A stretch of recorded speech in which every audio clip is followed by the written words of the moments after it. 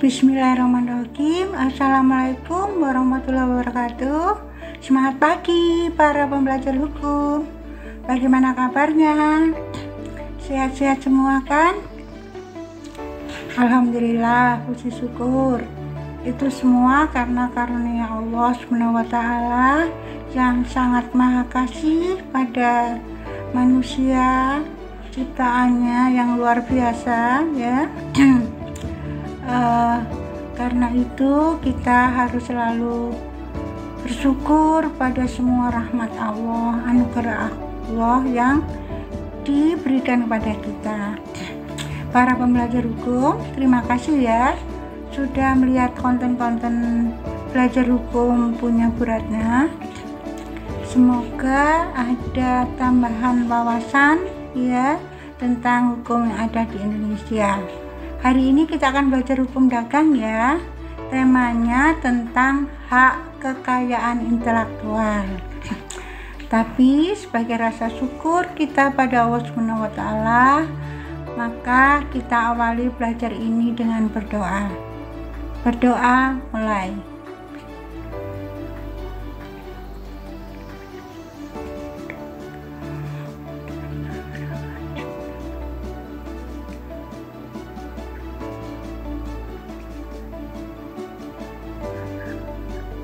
Berdoa selesai. Teman-teman pernah dengar istilah hak kekayaan intelektual? Nah, kalau belum, kita belajar sama-sama ya. Jadi kalau kita bicara tentang perdagangan, bisnis atau usaha ya, maka dasar hukum yang mengatur tentang perdagangan, bisnis atau usaha, kemudian istilah perdagangan diubah dengan istilah perusahaan, itu diatur dalam hukum dagang.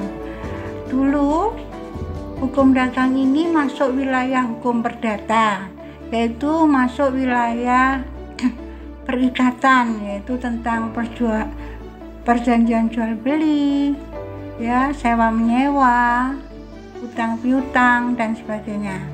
Tetapi karena perkembangan perdagangan itu sudah sangat kompleks, maka masalah perdagangan atau perusahaan atau bisnis atau usaha ini diatur dalam hukum dagang. Ya, jadi kalau kita bicara masalah perdagangan atau perusahaan itu, maka ada subjeknya, pelakunya, kemudian ada kegiatannya, perbuatannya, kemudian ada objek. Ya, ada objek dari perdagangan itu. Subjeknya bisa orang perorangan, misalnya bentuknya perusahaan perorangan ya, misalnya penjual keliling, pedagang kaki lima, toko dan sebagainya. Kemudian bisa juga bentuknya organisasi, bisa berbadan hukum, bisa tidak berbadan hukum. Kalau yang tidak berbadan hukum misalnya persekutuan perdata atau mazhab, kemudian ada firma, ada CV ya. Kalau perusahaan yang berbadan hukum, contohnya PT, perseroan terbatas, yayasan, koperasi, nah itu adalah subjek yang melakukan perdagangan atau perusahaan ya. Bagaimana kegiatannya? Kegiatannya dari perdagangan atau perusahaan ini bisa berupa jual beli, sewa menyewa, ya, kemudian jasa misalnya ya, gade dan sebagainya. Kemudian apa yang diperdagangkan, objek perdagangan itu ternyata sifatnya bisa bersifat material, yaitu berupa benda. Ya, ada benda bergerak, ada benda tidak bergerak, ada yang berupa imaterial, yaitu berupa kekayaan intelektual, yaitu kekayaan yang dihasilkan dari daya pikir manusia yang berupa ide-ide, kemudian direalisasikan ya menjadi bentuk produk, yaitu yang disebut dengan kekayaan intelektual. Nah, hari ini kita akan bicara tentang hak kekayaan intelektual. Ya, hak itu adalah sesuatu yang diberikan pada orang yang menghasilkan produk atau proses bidang kekayaan intelektual, yaitu dari daya pikirnya. Ya, itu secara umum seperti itu. Karena ternyata objek perdagangan yang berupa kekayaan intelektual yang dihasilkan dari daya pikir ini nilainya lebih tinggi ya jika dibandingkan dengan yang berupa barang atau produk-produk. Tapi sama juga sih menurut saya ya, baik kayak intelektual maupun yang materi ya juga sama-sama berharganya sebagai objek perdagangan.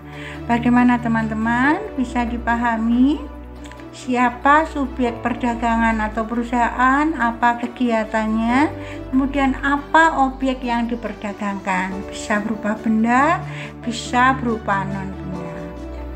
Menarik bukan ya hukum dagang? Nah, sekarang secara yuridis apa sih yang disebut dengan hak kekayaan intelektual ya? Hak kekayaan intelektual ini biasanya disingkat menjadi HKI ya, HKI. Ada juga yang menyebutnya HAKI ya, ada juga yang menyebutnya hak milik ya, hak milik intelektual.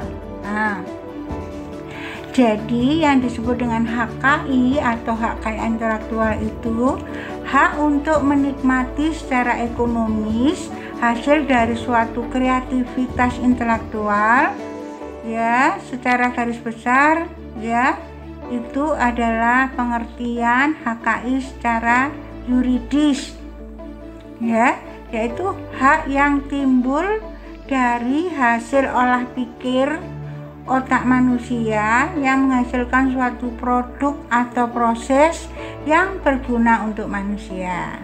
Bagaimana teman-teman? Bisa dipahami? Ibu ulang lagi ya. Jadi HKI, hak kekayaan intelektual, adalah hak yang timbul bagi hasil olah pikir otak yang menghasilkan suatu produk atau proses yang berguna untuk manusia. Jadi kalau kita ngomong HKI ya, hak kekayaan intelektual itu ada dua istilah. Yang pertama hak, kemudian kekayaan intelektual yang merupakan satu kesatuan. Hak itu apa? Hak itu adalah yang diberikan oleh negara kepada orang atau organisasi ya, orang terutama ya, karena berkaitan dengan hak milik ya, yang menemukan ide berkaitan dengan daya pikirnya, yang dihasilkan dari daya pikirnya, yang berupa produk atau proses yang berguna untuk manusia.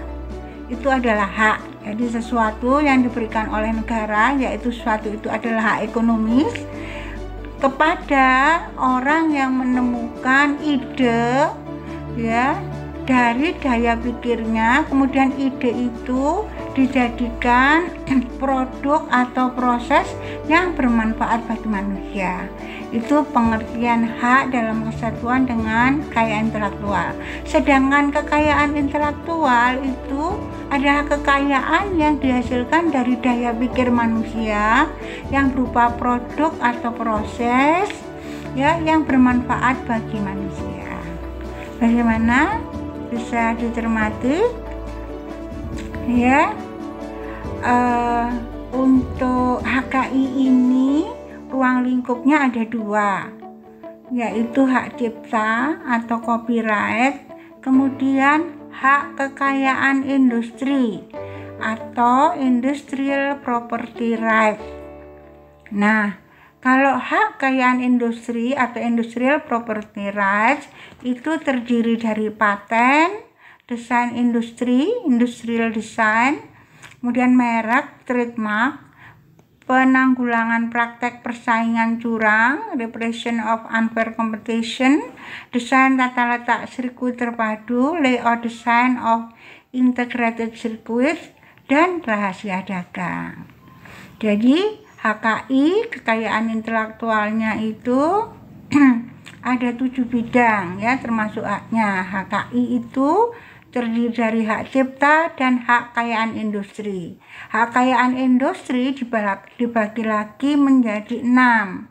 Ada paten, desain industri, merek, penanggulangan praktek persaingan curang, desain tata letak sirkuit terpadu, dan rahasia dagang. Bagaimana teman-teman, bisa dipahami ya? Jadi kita belajar HKI secara umum dulu.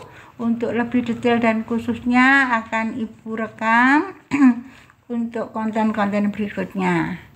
Ya, mohon maaf jika ada salah kata. Jangan lupa like, subscribe, dan komen. Terima kasih.